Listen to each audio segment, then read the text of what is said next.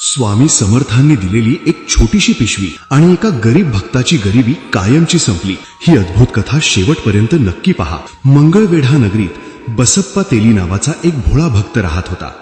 अतिशय गरीब पण मनाने अपार श्रीमंत। एके दिवशी जंगलात गेल्यावर त्याने पाहिलं एक दिव्य दृश्य। काट्यांनी भरलेल्या जमिनीवर एक तेजस्वी पुरुष शांतपणे विसावले होते। ते होते श्री स्वामी समर्थ।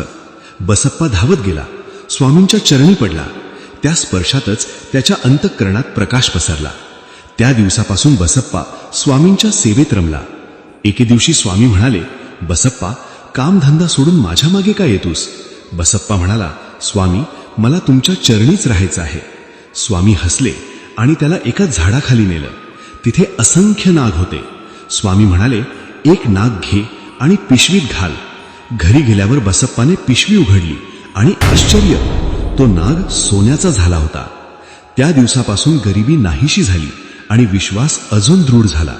जर तुम्ही स्वामी समर्थांचे भक्त असाल तर कमेंटमध्ये लिहा जय श्री स्वामी समर्थ आणि चॅनलला सबस्क्राईब करायला विसरू नका।